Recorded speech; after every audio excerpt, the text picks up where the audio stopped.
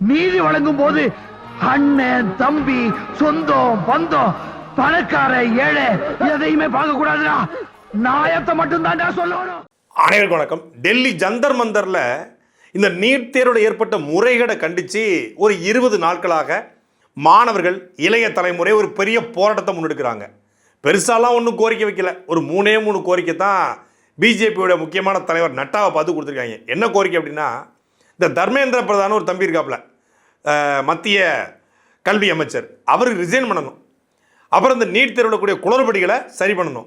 NEET தேர்வினால் உயிரிழந்த அந்த குடும்பத்திற்கு 1 கோடி ரூபாய் இழப்பீடு வழங்கணும். இந்த 3 கோரிக்கை வச்சுருக்காங்க. இந்த கோரிக்கையை படித்து பார்த்துட்டு அப்படியே திருப்பி கொடுத்துட்டு அப்படியே திரும்பி போயிட்டாங்க. தர்மேந்திர பிரதான் ரிசைன் பண்ணணும், 1 கோடி கொடுக்கணுமா அப்படின்னு சொல்லிட்டு போயிட்டாங்க.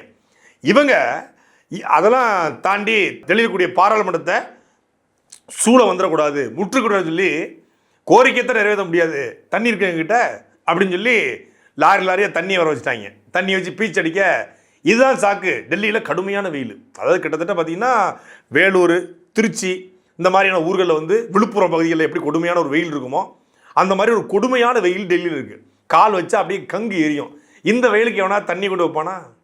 சார், நீ வச்ச பனிஷ்மெண்ட் பூரா ட்ரீட்மெண்ட்டாக மாறிக்கிட்டு இருக்க மாதிரி பங்குனி வெயில் பல்ல காட்டிச்சுக்கிட்டு ட்ரீட்மெண்ட்டை பாரு மாதிரி தண்ணி வச்சுருக்காங்க, பூரா குளிச்சுட்டு இருக்காங்க. அவங்க 20 நாள் ட்ரெஸ்ஸோடு வந்து போராட அதுக்கு ஏற்ற மாதிரி தண்ணியை பீச்சு அடிக்க அங்கே ஒரு பையன் நின்று விளையாண்டுட்டு இருக்கான்.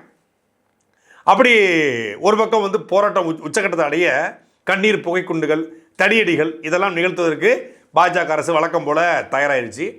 நேற்று பல்வேறு கட்சியினுடைய இளைஞர்கள் மாணவர்களும் போராட இன்றைக்கி ஒரு 10,000 பசுமாட்டை பற்றிக்கிட்டு பஞ்சாப்லேருந்து கிளம்பிட்டாங்க. என்னங்க, தண்ணியை வச்சு அடித்தா மனுஷனை கலைக்கலாம், மாட்டை கலைக்க முடியுமா? நீ இப்போ அட்றா தண்ணியை அப்படின்னு பஞ்சாபோட விவசாயிகள் இவங்க எங்கே ஒன்று சேர்ந்தாங்க அப்படின்னு விவசாயிகள் பூரா ஒரு பக்கம் வந்துக்கிட்டு இருக்க. இப்படி டெல்லியே வந்து ஒரு போராட்ட களமாக மாறி இருக்கிறது. மே மாதம் 3ஆம் தேதி நடைபெற்ற அந்த நீட் தேர்வில் வினாத்தாள் கசிவு ஏற்படுது. அந்த வினாத்தாள் கசிஞ்சனால மறு தேர்வு வைக்கிறாங்க. மறு தேர்விலும் குளறுபடி நிகழ்ந்திருக்கிறது. முதல் முறை எழுதிய மாணவர்கள் 2ஆம் முறை எழுத முடியலை. கடந்த 5 ஆண்டுகள் ஒப்பிடும்போது இந்த ஆண்டு நீட் தேர்வு முடிவுகளில் மாணவர்கள் வந்து குறைந்த அளவில் தேர்ச்சி பெற்றிருக்காங்க. குறிப்பாக 2025-24 கிட்டத்தட்ட ஒரு 63 விழுக்காடு 52 விழுக்காடு தேர்ச்சி பெற்றிருக்காங்க. இந்த ஆண்டு 53 விழுக்காடு தான் தேர்ச்சி பெற்றிருக்காங்க. 20 லட்சம் மாணவர்கள் எழுதி 11,25,000 பேர் தான் தேர்ச்சி பெற்றிருக்காங்க. மாணவர்கள் மன உளைச்சலுக்கு ஆளாயிருக்காங்க. கடந்த இந்த மே மாதம் தொடங்கி இந்த ஜூலை மாதம் வரைக்குமே இந்தியா முழுக்க இந்த நீட் தேர்வு எழுதிய மாணவர்கள் மன உளைச்சலால், நீட் தேர்வு பயத்தால், தோல்வியால் தூக்கு போட்டுக்கொண்டு இப்போ தன் உயிரை மாய்த்து கொண்டு தற்கொலை பண்ணிட்டாங்க என்ற அடிப்படையில் தான் சூழலியல் ஆர்வலர், விஞ்ஞானி, பொறியாளர் என்று பன்முக ஆற்றல் கொண்ட சோனம் வாங்சு போராட்ட களத்தை குதிக்கிறாரு. அவருடைய உயிரை பற்றி கவலைப்படாது அந்த போராட்டம் சூடு பிடிக்குது. அப்புறம் அவரை வந்து காவல்துறை கைது செய்கிறாங்க. அவர் காவல்துறை கைது செய்யணுன்னே மாணவர்கள் இன்னும் கூடுறாங்க. டெல்லி ஜந்தர் மந்தரில் மரக்கிளைகள் ஒரு 5-6 மரம் இருக்குது. அந்த மரத்துக்கு இடையில் ஒரு ஆயிரக்கணக்கான மாணவர்கள் திரண்டு நிற்கிறான். உண்மையிலே அதை பார்க்கும்போது பிரமிப்பாக இருக்குது, அதை பார்க்கும்போது பெருமையாக இருக்குது, அதை பார்க்கும்போது உணர்ச்சி பொங்குது. ஏதோ காரணம் இல்லாமலாம் போராடுறான் மாணவர்கள். ஆனால் அந்த போராட்ட காலத்தில் நின்று கொண்டு அவங்க வச்ச ஒரு கோரிக்கை தான் என் மனசை வந்து ரொம்ப உலுக்கிருச்சு. என்னென்னா, அந்த போராட்ட காலத்தை வந்து தமிழ் மாணவர்கள் எய்ம்ஸில் படிக்கக்கூடிய, டெல்லியில் வந்து பல்வேறு இதில் பயிற்சி எடுக்கக்கூடிய, பல்வேறு இன்ஸ்டியூட்டில் படிக்கக்கூடிய மாணவர்கள், நீட்டுக்காக பயிற்சி எடுக்கக்கூடிய மாணவர்கள்லாம் வந்து கலந்துருக்காங்க, தமிழ் மாணவர்கள். அந்த தமிழ் மாணவர்கள் போயிட்டு என்ன சொல்கிறாங்கன்னா, நீ போராட போயிருக்க, போராடு, தர்மேந்திர பிரதான் ரிசைன் பண்ண சொல்லு, 1 கோடி ரூபாய் இழப்பீடு கேடு, எல்லாம் பண்ணு. ஆனால் டெல்லியை சார்ந்த தமிழ் மாணவர்கள் தமிழ்நாட்டோட முதலமைச்சருக்கு கோரிக்கை வைக்கிறாங்க. என்ன கோரிக்கை? தமிழ்நாடு முதலமைச்சர் அந்த டெல்லி போராட்டத்துக்கு ஆதரவு தெரிவிக்கணுமா. அன்னைக்கு மட்டும் அனிதாவுடைய மரணத்திற்கு போய் அனிதா வீட்டில் உட்கார்ந்தீங்கல்ல, இன்னைக்கு மட்டும் இதுக்கு ஆதரவு தெரிவிக்க மாட்டீங்களா? ஒரு முதலமைச்சராக நீட் தேர்வை எதிர்ப்புன்னு சொன்னீங்க. நீட்டோட ரகசியம் எங்ககிட்ட தான் இருக்குன்னு சொல்லி திமுக சொன்னபோது கிண்டல் அடிச்சிங்க. இப்போ நீங்கள் ஆட்சிக்கு வந்திருக்கீங்க. நீட்டுக்கு எதிரான ஒரு மிகப்பெரிய போராட்டம் நடந்துகிட்டு இருக்கு. இந்த போராட்டத்தை உங்களால் ஆதரிக்க முடியாதா? எனக்கு ரொம்ப டிஸ்கஸ்டிங்காக இருக்குது அப்படின்னு சில சொன்ன உடனே இங்கே வந்து பல பேர் முதலமைச்சர் கருத்து சொல்ல மாட்டாரா அப்படின்றாங்க. இது பக்கம் போதாத குறைக்கு இந்த தெருப்பாடகர் அறிவு பல பாடல்கள் படிக்கிற வாத்தி ரைடுலாம் பாட்டெலாம் பாடினாப்புல இதுக்கு. அப்புறம் தாவேக்கோட கொள்கை பாடலாக இருக்கக்கூடிய இது, கொள்கை இருக்கோ இல்லையோ ஒரு கொள்கை பாடல், அந்த கொள்கை பாடலாக பாடினாப்புல. இப்படி பல்வேறு பாடல்களை பாடிய திருக்குறள் அறிவு முதலமைச்சர் கருத்து சொல்லணும், நீட் தேர்வை ரத்து பண்ணணும், பேன் பண்ணணும் அப்படின்னு சொல்லி தலைமைச் செயலகத்தை முற்றுகை போயிருக்காரு. ஏன்னா முதலமைச்சர் வெட்டியா இருக்காரா, வேலை வெட்டி இல்லாமல் உட்காந்துருக்காரா? காலையில் 10 மணிக்கு வந்தாலும் சாயந்தரம் 5 மணி வரைக்கும் பரபரப்பாக வேலை பார்த்துட்டு இருக்காரு. எங்கே போய் நம்ம வந்து ஒரு புதிய ஒப்பந்தங்களை போடலாம், எங்கே ஸ்டெர்லைட் எப்படி வந்து கொண்டு வரலாம், எப்படி வந்து சேலத்தில் வந்து பன்னாட்டு நிறுவனங்களுக்கு தண்ணியை கொடுக்கலாம் அப்படின்னு ஒரு மூளையை கசக்கி வேலை பார்த்துட்டு இருக்காரு. அவர்கிட்ட போய் நீ நீட்டுக்காக வந்து பேசு, இதுக்காக பேசு அப்படின்னு பேசுனா எப்படி பேசுவார் அவர்? பரபரப்பான சூழ்நிலை போயிட்டு இருக்கும்போது திடீர்னு கட்டையை போட்டு குறுக்க பூந்து நீ நீட்டுக்காக பேசுனா லைட்டாக பதறதா இல்லையா? அவருக்கு பதட்டு வருமா இல்லையா? 2017 அனிதாக்காக போனார்னா அரசியலுக்கு வர போகிறேன்ட்டு போனார். 2023, 24, 25 அந்த காலகட்டத்தில் வந்து தேர்தலுக்கு வர்றதுக்காக ஓட்டுக்காக வந்து நீட்டுக்காக பேசினார், மாணவர்கள் பற்றி உருக்கமாக பேசினார். அதுக்காக ஆட்சி அதிகாரத்துக்கு வந்த பிறகும் நீட்டில் போகிற மாணவர்களுக்காக பேசணுமா? இதெல்லாம் என்ன உலகத்தில் எங்கேயாவது வழக்கம் உண்டா? ஒரு தேர்தல் மேடைகளில் பேசுகிறது தான், ஆட்சி அதிகாரத்துக்கு வந்ததுக்கப்புறம் அதை அப்படியே கடந்து போகிறது தான். அதுக்காக வந்து முதலமைச்சர் பேசுங்கன்னா எப்படி பேசுவார்? டெல்டாவில் கிட்டத்தட்ட 5-6 மாவட்டம், ஒரு 20 லட்சம் ஏக்கர், பல லட்சக்கணக்கான விவசாயிகள் தண்ணி இல்லாமல் விவசாயம் செய்ய முடியாமல் வறண்டு போய் கிடக்குறாங்க. மேகதாதுல இன்னும் தண்ணி கேட்கவே இல்லை எங்கள்கிட்ட காவிரியில் அப்படின்னு அவங்க சொல்கிறாங்க. மேகதாதுல அணை கட்டுவோன்றாங்க. அதையே பேசாமல் அது காங்கிரஸ் அரசாக இருந்தால் கூட கம்முன்னு உட்காந்துருக்காரு. அவர்கிட்ட போய் நீட்டுக்கு பேசுனா எப்படி பேசுவார்? கேரளாவிலேருந்து தென்காசிலேருந்து கடையை வந்து குப்பையை 14 டன்னுக்கு கொட்டிருக்காங்க. குப்பையை கொண்டு கொட்டு போகிறேன், குப்பையவே கொட்டினா கூட உனக்கு கல்லைத்தாண்டா ஏற்றி விடுவேன், முடிஞ்சா நீ பார்த்துக்கடா, நீ குப்பையை கொட்டு, இங்கேருந்து கல்லை வெட்டி கொண்டு உன் மண்டையில் கல்லை கொண்டு போடுறேன் அப்படின்னு போடுவாரே ஒழிய குப்பையை கொடுத்த பற்றி கேரளாவை எதிர்த்து அங்கேயும் காங்கிரஸ் தான் ஒரு வார்த்தை பேச மாட்டார். கம்முன்னு இருப்பார்.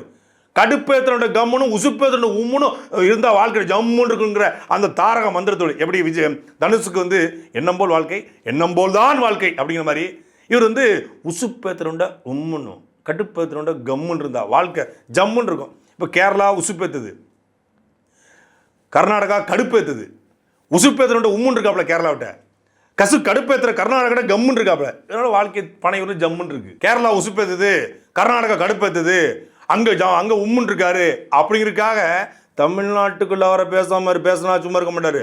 தமிழ்நாட்டில் அவரை பேசினா அங்கே டைம் கீப் பண்ண மாட்டார், ரொம்ப உக்கிரமாக இருப்பாப்புல. மற்றபடி இந்த மாதிரி கேரளா கர்நாடகா இங்கே அவங்கெல்லாம் கடுப்பேற்றினா தான் கம்முன்னு இருப்பார். தமிழ்நாட்டுக்குள்ள யாராவது மேடை போட்டு அவரை பேசிட்டா ரொம்ப உக்கிரமாக போய் கைது பண்ணி எம்எல்ஏ கூட பார்க்க மாட்டாப்புல, தூக்கி உள்ள போட்டுருவாப்புல. இதெல்லாம் தெரியாமல் நம்ம தம்பி திருக்குறள் அறிவு புரட்சி தீயை பற்ற வைக்கிறதுக்காக தலைமைச் செயலகத்துக்கு போயிருக்காப்புல. போய் ஒரு பாட்டை பாடலான்னு பார்த்துருக்காரு. அதுக்குள்ளே நம்முடைய சின்சியர் சிகாமணிகள் ஸ்காட்லாந்து யார்டுக்கு நிகராக இல்லை, ஸ்காட்லாந்து யார்டுக்கு 2.5 மில்லிமீட்டர் மேலே இருக்கக்கூடிய நம்ம தமிழ்நாடு போலீஸ் டிஎன் போலீஸ் வந்து அவங்க வந்து இந்த சைலன்ஸ் மெயின்டைன் பண்ணுறதுல, அமைதி பூங்காவாக தமிழ்நாடை வச்சிருக்கிறதுல ஒரு ஒரு சாந்தமான அமைதியான காந்தமான கருணையான ஒரு சூழலை உருவாக்குறத தமிழ்நாடு போலீஸ் மாதிரி இருக்க முடியாது. போராட்டத்துக்கு நீங்கள் வந்து போ அப்படின்னா கூட வாயை வந்து பொத்திட்டு குடிப்பிடுவாங்க, அந்தளவுக்கு ஒரு சைலன்ஸ் மெயின்டைன் பண்ணுவாங்க. ஸோ தலைமைச் செயலகத்தில் போய் இவர் வந்து புரட்சி தீயை பற்ற வச்சு நீட்டுக்கு எதிரான மாணவர்களை ஒன்று சேர்க்கலாம் என்ற சதித்திட்டத்தை திட்டுவதற்காக திருக்குறள் அறிவு போயிருப்பாரோ அப்படின்னு அவரை குண்டு கட்ட தூக்கி போயிட்டாங்க. சார் நான் தான் சார் கொள்கை பாடலில் பாடினேன், நீ அதெல்லாம் அப்புறம் பார்த்துக்கலாங்க, எங்க மாஸ்டர் த பிளாஸ்டர் அப்படின்னு, அதில் மாஸ்டர் த பிளாஸ்டர் இப்போ பாரு பிளாஸ்டர் அப்படின்ட்டு வாயில் பிளாஸ்டரை போட்டு கூட்டு போயிட்டாங்க. அதுக்கப்புறம் பரபரப்பாகி எதிர்கட்சிகள் அறிக்கை கொடுத்து எல்லாரும் ஆளாளுக்கு கருத்து தெரிவித்த உடனே அனிதாவுடைய மரணத்துக்கு இவரே போவாராம், நீட்டை எதிர்ப்பாராம், இப்போ நீட்டுக்கு எதிராக பாட்டு பாடினா கைது பண்ணுவாராம் அப்படின்னு கேட்ட உடனே ஐயோ அம்படி சேர்ந்து ஒன்றா சேர்ந்து அரசியல் பண்ண பார்க்குறாங்களே, நம்மளை ஒரு நீட் எதிர்ப்பு போராளின்னு சொல்லி ஊருக்குள்ள ஃபார்ம் ஆயிருந்தோம், இப்போ அதை உடச்சிருவாங்க போல இருக்கே அப்படின்னு கூப்பிட்டு விடுறா தம்பியை செல்லத்தை கூப்பிடுறா அப்படின்னு வாங்கன்னு சொல்லி தலைமைச் செயலகத்துக்கு போகிற வரைக்கும் ஒரு ஃபோட்டோ எடுத்து சரி முதலமைச்சர் தான் கூப்பிட்டுருக்காரு. உள்ளே போனால் அங்கே முதல்வட்ட முதலமைச்சர் இருந்திருக்காப்புல. முதல்வட்ட முதலமைச்சர் கூப்பிட்டு என்னப்பா தம்பி நம்மளாம் ஒன்றா பேசியிருக்கோம், ஒரு வாட்ஸ்அப்பில் ஒரு ஹாய்னு போட்டு தான் நான் பாயின்னு போட்டு முடிச்சிருப்பேன், நீ எதுக்குப்பா அதை விட்டு உங்களுக்கு பாட்டு பாடுறேன், பாட்டு பாட தான் எங்ககிட்ட நேரடியாக வந்திருக்கேன், இன்னொரு கொள்கை பாடலை கூட தயார் பண்ண வேண்டியிருக்கு, நீ எதுக்கு போட்டு இந்த மாதிரி கஷ்டப்பட்டு இருக்கிற, எதுவாக இருந்தாலும் நம்ம தளபதி விஜய் பார்த்துக்குவார், நீ ஒன்றும் கவலைப்படாத, நீட் தேர்வு டெல்லியில் நடக்கிற போராட்டத்தை பற்றி நீ கவலையே படாத, அதை பற்றி தளபதியும் கவலைப்பட மாட்டார், நீ போயிட்டு வான்னு அனுப்பிச்சு விட்டாங்க.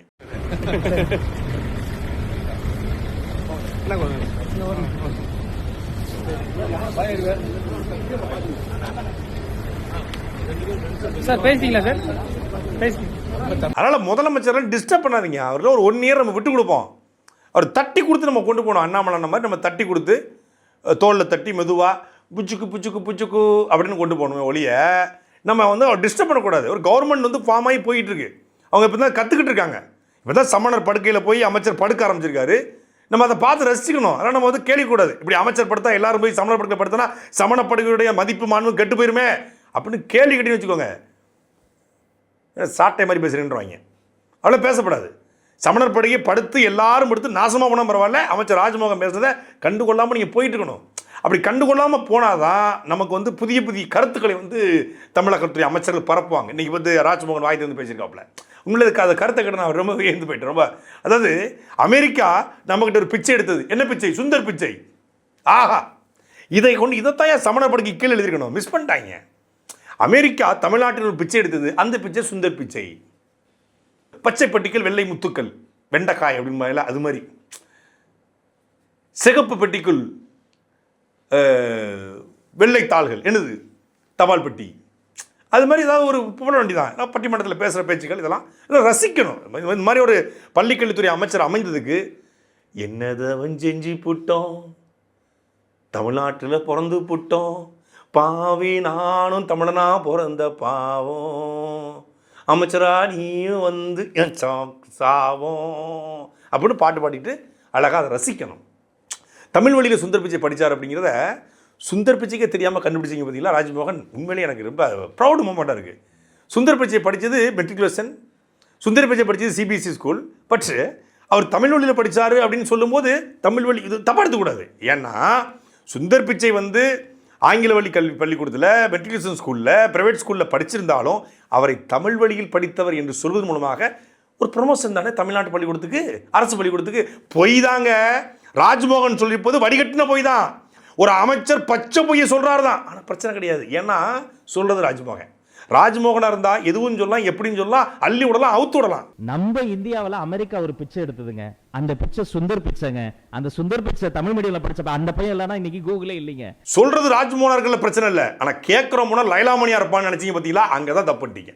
அங்கே 4 பேர் அறிவாளி இருந்திருக்கான் நம்புற மாதிரி அவன் எடுத்து போட்டான், ஃபேக்ட் செக் பண்ணிட்டான். சுந்தர் பிச்சை படித்தது அமெரிக்கா தமிழ்நாட்டில் பிச்சை எடுத்த பிச்சைன்னு சொன்னீங்களா சுந்தர் பிச்சை. அவர் படித்தது ஜவஹர் வித்யாலயா அசோக் நகர், அது தமிழ் வழி பள்ளியா. அப்புறம் சென்னை ஐஐடி கேம்பஸ் கூடிய வனவாணி மெட்ரிகுலேஷன் ஸ்கூல், அங்கே தான் +2 முடிச்சிருக்காப்புல, அதுவும் தமிழ் வழி கல்வி இல்லை. ஆனால் தமிழ்நாடு மாநில பாடத்திட்டத்தின் கீழ் செயல்படக்கூடிய ஐஐடிக்குள்ளே இறங்கக்கூடிய ஒரு பள்ளி. இதெல்லாம் மறைச்சிட்டு ராஜ்மோகன் பேசுகிறதுல தப்பே இல்லை. ஏன்னா ப்ரொமோட் பண்ணுறது தமிழ் வழி கல்வி தானே, தமிழ்நாடு அரசுக்காக தானே பேசுகிறார். அந்த வகையில் பார்க்கும்போது பாராட்டுறதுக்கு 4 பேர் இருப்பாங்க. சரி, சப்ஜெக்டோட மெயின் ஹார்ட்டுக்கு வருவோம். என்னன்னா டெல்லி வரை போராட்டம் உச்சகட்டத்துக்கு போய்கிட்டு இருக்க இந்த போராட்டத்தில் இந்தியாவுடைய இளம் தலைவர், 3வது தலைமுறையாக இந்தியாவிற்காக நாட்டுக்காக உழைத்து கொண்டிருக்கிற, நாட்டுக்காக வீட்டையே கொடுத்த நேருடைய வம்சாவளியில் வந்து ராஜீவ்காந்தி அருமை போராட்டன் ராகுல் காந்தி அவர்கள், அன்பு சகோதரர் அவர்கள், அருமை ப்ரோ அவர்கள் இன்னைக்கு அந்த போராட்டத்தில் போய் கலந்துருக்காரு. அவரோடு சேர்ந்து அவருடைய அன்பு சகோதரி பிரியங்கா காந்தி அவர்களும் போயிருக்காங்க. பிரியங்கா அண்ட் ராகுல் அங்கே போய் நின்றுருக்காங்க.